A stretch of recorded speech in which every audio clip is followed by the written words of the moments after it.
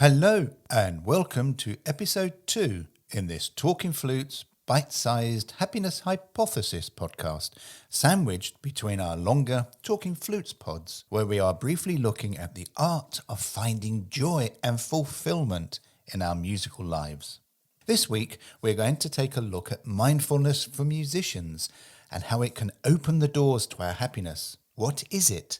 And how we can seamlessly include it into our life to transform us as musicians, performers, and also as human beings. Firstly, I must begin by saying that mindfulness is not some new age tree hugging with the need to wear old baggy clothing and have a weird hairstyle vibe going on. It's been around for over 2,000 years, and in its essence is very simple to do. As you are right now, wearing what you do and playing how you do. Mindfulness, the practice of bringing one's attention to the present moment and engaging with the world around us in a non-judgmental way, can be particularly beneficial for flute players and musicians. In this brief pod, we will explore the various ways in which mindfulness can enhance our flute playing and overall well-being. First and foremost, mindfulness can help flute players to focus and avoid distractions. It has often been said that the flute is an easy instrument to play and a hard one to master, but at its root, we don't have a reed, a string, a bow or mouthpiece to blame if our sound is off. We simply blow over the edge of a piece of wood or metal, and it's the airstream splitting which makes that initial sound. We are in effect just like singers, and the problem with that is we have good days and bad days with our sounds, and if our tone and our sound is not as rich and not as pure as we'd like it to do, that little inner voice starts to invade our lives, our practice and our performance, and we find it very hard to engage in music to the depth and creative levels that we would want. Being a musician, as we all know, requires a great deal of concentration and discipline. We are not working spreadsheets, looking at data or legal documents, although there's nothing wrong with that. We are just very, very different. We are taking blobs on sticks, notated on a piece of paper, and turning them into an audible narrative. This narrative has been composed in turn to tell a story, and we as a musician are tasked in the role of storyteller. I'm sure that you'll agree that quietly reading a story to yourself is so much easier than reading it to an audience. And yet as musicians, we spend many, many hours rehearsing our voice and the storyline as determined by the composer, so that we are ready to go on stage and put our voice out there to an audience or an examiner. But bearing in mind the amount of hours we've put into practice, how often is our focus taken away from that moment of performance when that little inner voice sits on your shoulder and goes yada yada yada yada? In our musical life, I'm sure that each and every one of us has experienced the many ups and downs with our practice and performances, with our wandering mind usually the villain to us losing focus. When we are mindful, we are better able to pay attention to what we are doing in the present moment rather than letting our thoughts wander or getting caught up in external distractions. This can be especially important for musicians who often need to concentrate for long periods of time in order to practice, rehearse and perform. But thinking about it, how long are you actually able to focus without distraction? In addition to helping flute players to focus, mindfulness can also be beneficial for reducing anxiety and stress. Playing the flute or any musical instrument publicly can for some, and actually for many, be a nerve-wracking experience, particularly for those who experience performance anxiety. When we are mindful, we are able to let go of negative thoughts and emotions and instead focus on the present moment. This can assist musicians to feel more calm and confident in their playing and can be helpful for flute players who may experience this anxiety or other stressors related to their work. Furthermore, mindfulness can enhance flute playing by allowing players to be more present and engaged with their music. When we are being mindful, we are able to fully immerse ourselves in the experience of music making rather than being caught up in our own thoughts and distractions. This can help flute players like you to connect more deeply with your music and may even allow you to tap into your full creative potential. So let's be honest here. How many of us have been playing a piece of music only for our mind to let us know that the hard part is coming up, moving the focus away from the now to the future moment? As a result, those inner feelings start to make themselves known to us with perhaps a little nerves and off feelings in the stomach. The result, as we will know and have experienced, is that our focus is taken away from what we are playing at that moment. You see, if we focus on each note in each bar, then we can help free ourselves up from the worry of what is coming. There will always be hard parts in music.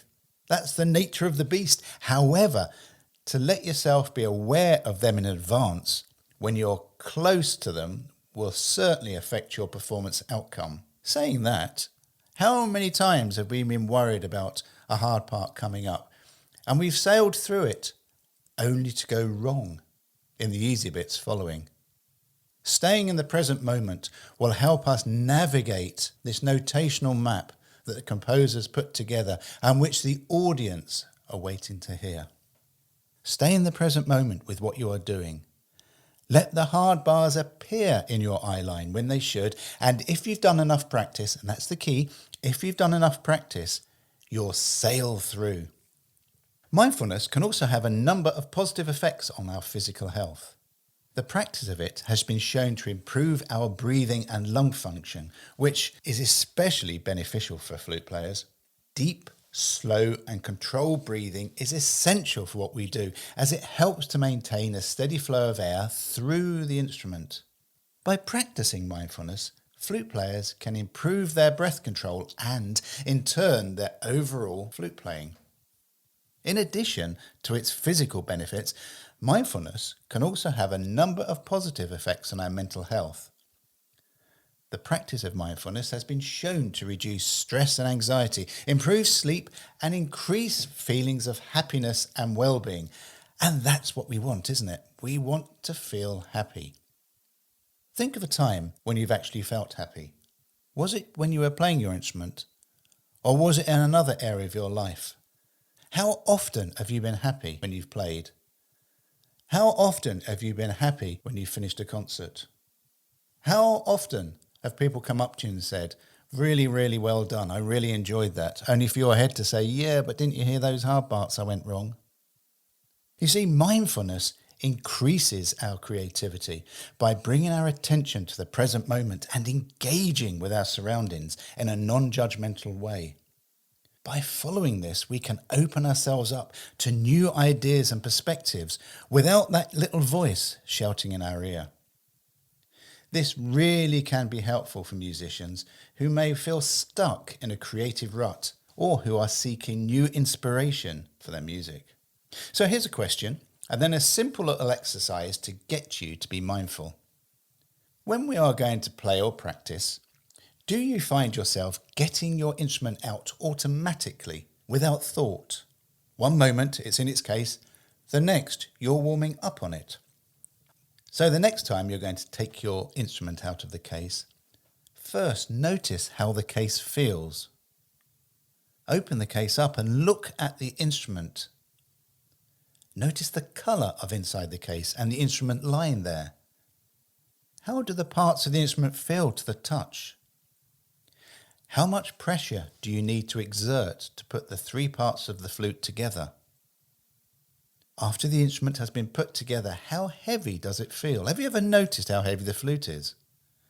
Putting each finger down individually, notice how each key feels. And then bring the instrument up to your mouth and notice how cold or warm the lip plate is as it touches your lower lip. So if you don't have the inclination to look deeper into the wonderful world of mindfulness, then try making a habit of being mindful when you're getting your instrument out and also when you're cleaning it and putting it away, as then you'll cut out the inner noise and enable you for just those few precious moments to be peaceful. We're going to speak about mindful listening in a later Talking Flutes Bite Size. However, How much attention do we give the words that our teacher or accompanist offers? And I say accompanist because they often give wonderful words of wisdom when you're practicing and rehearsing with them. Do we accept what our teacher or accompanist says and understand every word they say, especially about the interpretation? Or are we simply guilty of just going through the motions? I mean, rarely do I ever see musicians ask a question during a masterclass on something that has just been said of them, something that has been required of them, something that has just been explained and demonstrated to them.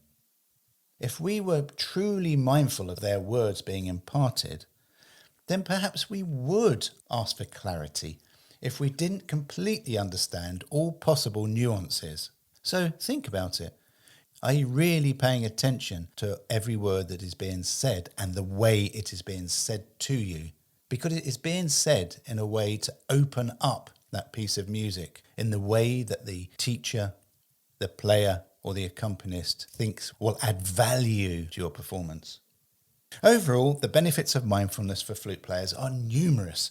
So the question I leave you with this week is, are you willing to begin to embrace mindfulness in your music making? And if so, how? Talking Flutes and Talking Flutes Extra are podcast productions by the Trevor James Flute Company. For more information, visit trevorjamesflutes.com.